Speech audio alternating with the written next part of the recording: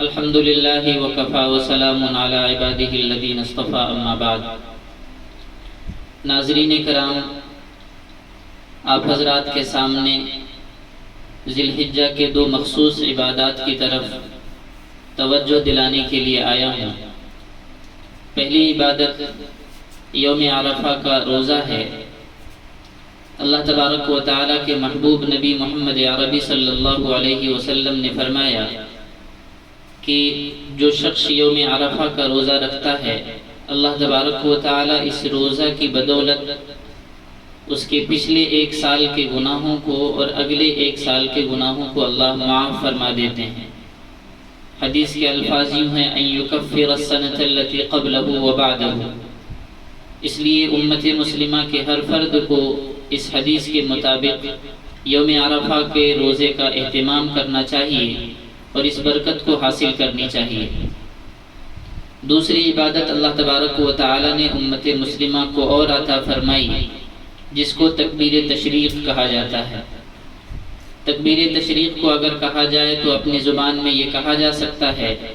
کہ تکبیر تشریق عشق و محبت کا ایک مخصوص ترانہ ہے۔ اس کا پس منظر یوں ہے کہ اللہ تبارک و تعالی نے حضرت ابراہیم علیہ السلام کو جب یہ حکم فرمایا کہ تم اپنے لخت جگر کو میری راہ میں قربان کرو،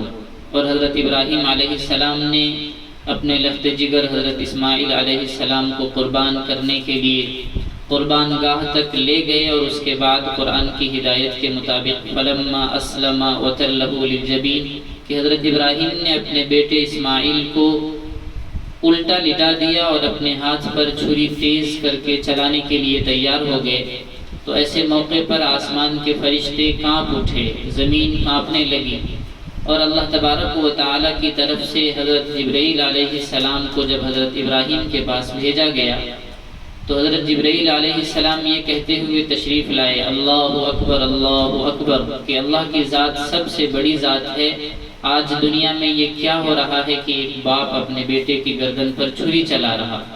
چنانچہ جب یہ آواز حضرت ابراہیم کے کان پر پڑی تو حضرت ابراہیم علیہ السلام نے بھی کہا لا الہ الا اللہ واللہ اکبر، کہ نہیں ہے کوئی معبود اللہ کے سوا اور اللہ کی ذات ہے سب سے بڑی ذات ہے۔ اور جب حضرت ابراہیم علیہ السلام نے یہ کہا اور حضرت جبرائیل علیہ السلام نے خوشخبری سنائی کہ اللہ نے آپ کی قربانی کو قبول کر لیا اور حضرت اسماعیل کی جگہ پر ایک دمبے کو پیش کیا گیا، تو حضرت اسماعیل علیہ السلام نے شکر ادا کرتے ہوئے کہا اللہ اکبر وللہ الحمد۔ تو عشق و محبت کے یہ تین افراد، ان تینوں افراد کے زبان سے نکلے ہوئے یہ تین جملے ہیں جسے ہم تکبیر تشریق کہتے ہیں۔ تکبیر تشریق کا حکم یہ ہے کہ 9 ذی الحجہ کے فجر سے لے کر 13ویں ذی الحجہ کے عصر تک ہر فرض نماز کے بعد ہر امت مسلمہ کے ہر فرد پر پڑھنا ضروری ہے، خواہ وہ امام ہو یا مقتدی ہو، مسبوق ہو، لاحق ہو، مقیم ہو یا مسافر ہو، مرد ہو یا عورت ہو۔ البتہ فرق اتنا ہے کہ مرد حضرات زور سے پڑھیں گے، تیز آواز میں پڑھیں گے،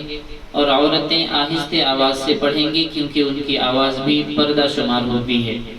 پڑھنے کا انداز یہ اختیار کرنا ہے کہ اس سال سن 2021 ہجری میں 20 جولائی 2021 بروز منگل فجر کی نماز سے شروع کرنی ہے، اور 24 جولائی 2021 بروز سنیچر عصر کی نماز میں پڑھ کر پھر اس کے بعد اسے بند کر دینا ہے۔ یہ 23 نمازیں ہیں، ان 23 نمازوں میں ہر فرض نماز کے بعد اسے پڑھنا ہم سب پر ضروری ہے۔ والسلام علیکم ورحمۃ اللہ۔